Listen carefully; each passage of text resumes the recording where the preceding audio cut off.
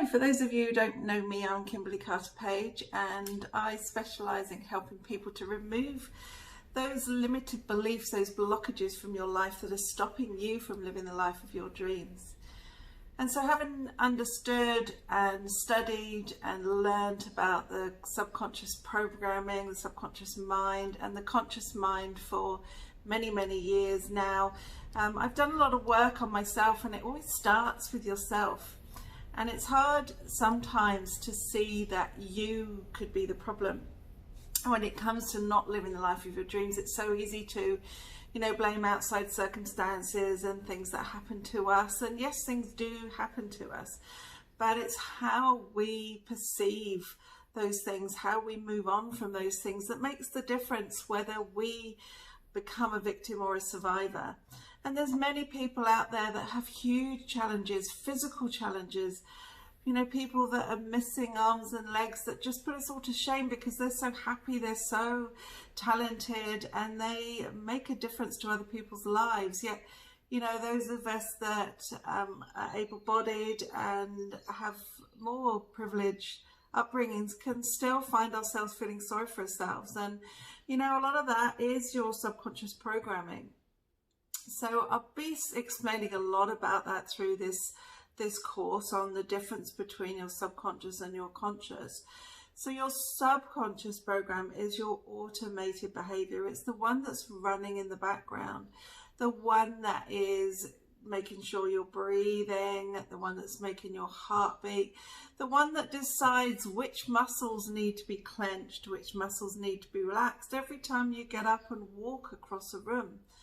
Because you don't consciously think, well, okay, in order for me to stand up from this chair, I need to be clenching this muscle, relaxing this muscle, making this ligament work, distributing my weight over this side. We don't go through all that. We just literally just get up and walk. And that's because our subconscious mind has learned that behavior from when we first started to walk as a child.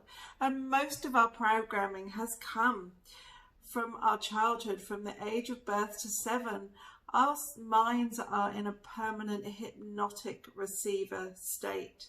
So everything we see, hear and experience goes straight into our program, and it becomes what we judge everything through. It's the filter, our lens for the rest of our lives.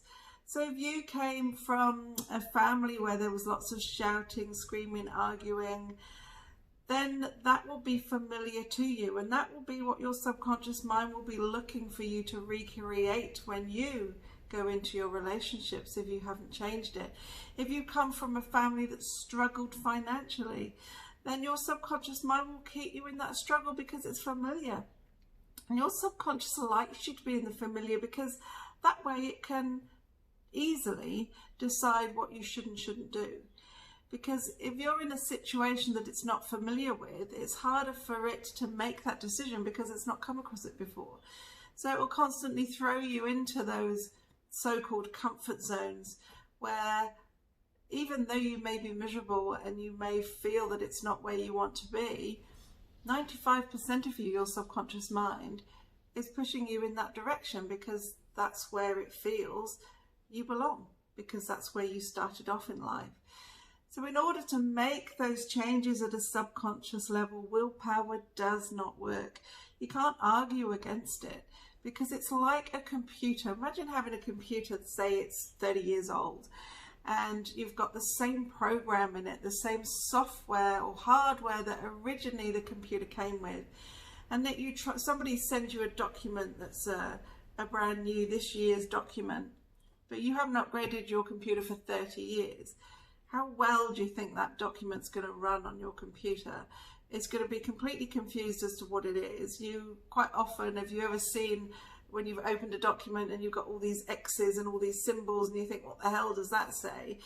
That's basically what's happening with your conscious mind. When something completely new is happening, your subconscious mind is going, well, I don't know what that is. We'll just throw that out the water. So even though consciously you're trying to make a change, subconsciously you struggle because it doesn't make sense. So When I was studying hypnotherapy, one of the main reasons I got into it was because of all my programming that needed to change, because I didn't like the way my life was heading. And, you know, a lot of it was just self-sabotage. And I couldn't understand why it was happening. And it wasn't until I learned about the subconscious programming that I could start to make those changes at a much deeper level. And there's only just three ways you can change your subconscious programming. One is through trauma. So that's where PTSD comes from. That's from when something happens to you that's really traumatic. It becomes a new program, a new fight, flight, or freeze, so that anything similar, anything that reminds you of that event will make your heart race, will make your hands sweaty, will make you either want to run, either want to stand still and shake, or just want to go into yourself, or it make you angry and want to fight. So that's one of the programs. The second way to change your subconscious programming is through repetition. So when you learn to ride a bike or when you learn to drive a car, you do the same thing over and over and over again until it comes automatic. So now, if you drive a car or if you ride a bike, you don't think about it. You just get in and drive it or ride it. And it's the same with walking. You don't think about taking a step forward, clenching this muscle. You just get up and do it because you've done it for so long. It's become an automatic imprint, a new program in that computer of your mind. So if you want to make changes to stop you self-sabotaging, whether it's to find better relationships, whether it's to feel more confident, or whether it's to lose weight, to stop smoking, to be happier and not so angry, whatever it is, you need to change it at a subconscious level.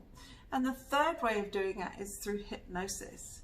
So those are the only three ways you can change it. Willpower does not work. And I'm sure most of you have tried willpower. I mean, we've all thought, no, today I'm going to start this new thing and it's all going to be different and I'm never going to do that again. And then 10 minutes later sometimes, or, 3 or 4 weeks later, you're back to the same old patterns because willpower won't cut it.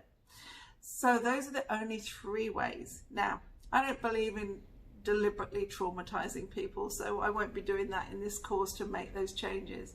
But we can look at the other ways. We can look at the repetition, and the hypnotherapy, which is obviously what I specialize in, and making those changes through those. Now, hypnosis come from all sorts of places. I mean, YouTube is an amazing tool for hypnosis. It's got many meditation tracks, hypnotherapy tracks, whatever it is that you want to call it. It's a similar thing that you can just listen to at night to reprogram your mind, or listen to in the day whenever you're going to be undisturbed, and you can just close your eyes, relax, and let that happen. But again, you need to hit it with a double whammy and listen to the same track every day for 28 days so that those changes become automated. Because if you just listen to it once, it might not necessarily work. On a one-to-one basis, you've got much chance of it working because that therapist is working with you specifically for your beliefs, your understanding, your needs.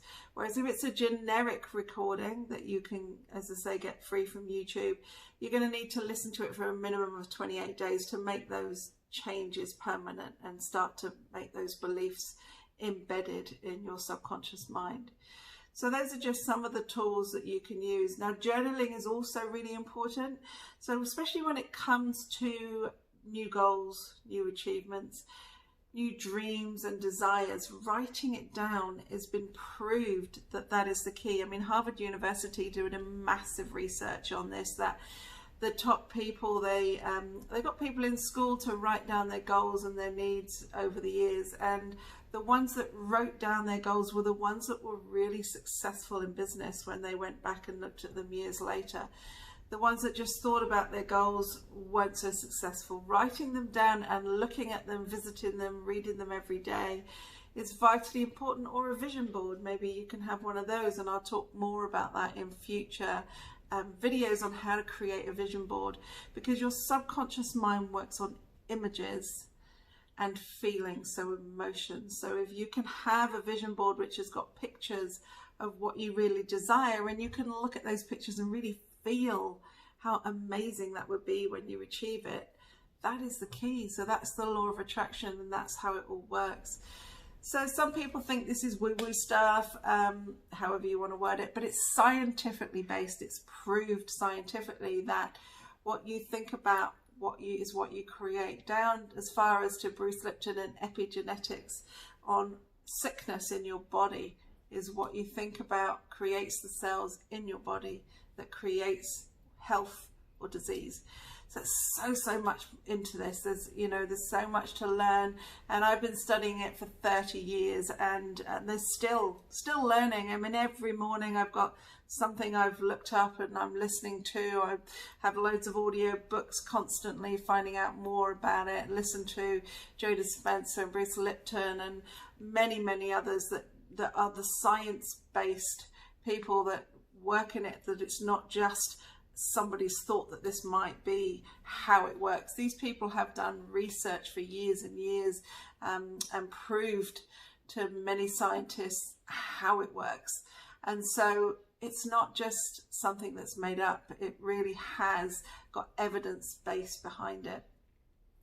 So knowing about your subconscious mind and your conscious mind and how to work the two together is the key to creating the life of your dreams. And I know, because I've created an amazing life which I absolutely love. I've got an amazing family around me, relationships, and it's all great, and you can do it once you understand how. So watch out for my next video.